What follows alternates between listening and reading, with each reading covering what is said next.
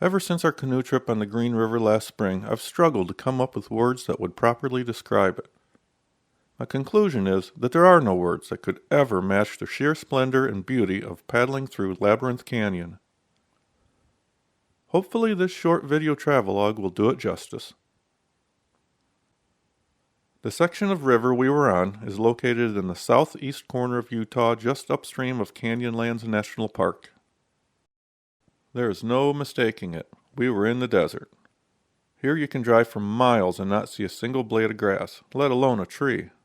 Having lived our entire lives on the lush prairies of Illinois and spending most of our playtime in the great northern forests, Merri and I knew we were about to embark on a trip through a landscape that was completely foreign to us.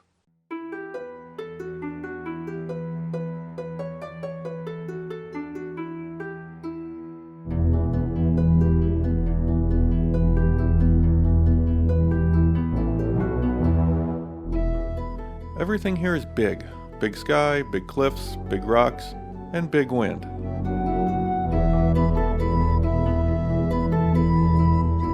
In early June, the snow far upstream in the Rockies has begun to melt and make its long journey to the ocean. Sadly, much of this proud river will most likely be used to water the green lawns of desert suburbia. Fortunately, there's plenty of water under us here.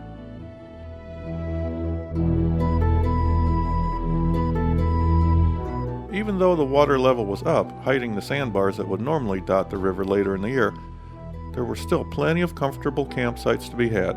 They all come with breathtaking views of up and downstream.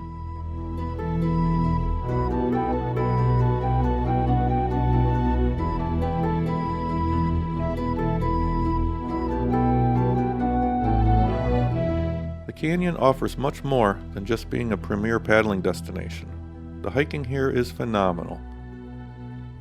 We spent just as much time exploring on land as we did on the river.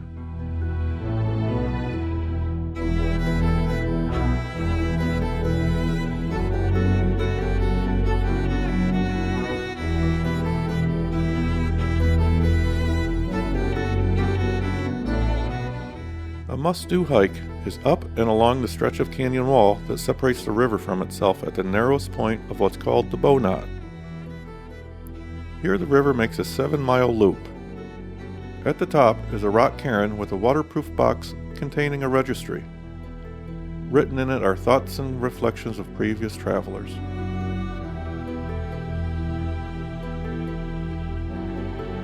A few things to keep in mind while paddling through Labyrinth Canyon. Land here is under control of the Bureau of Land Management. They require that you pack out all solid human waste, your poop. And if you plan on having a campfire, it must be contained in some type of metal pan. Water is another issue. The river is far too silty to pass through a conventional water filter. Be prepared to carry with you all you'll need.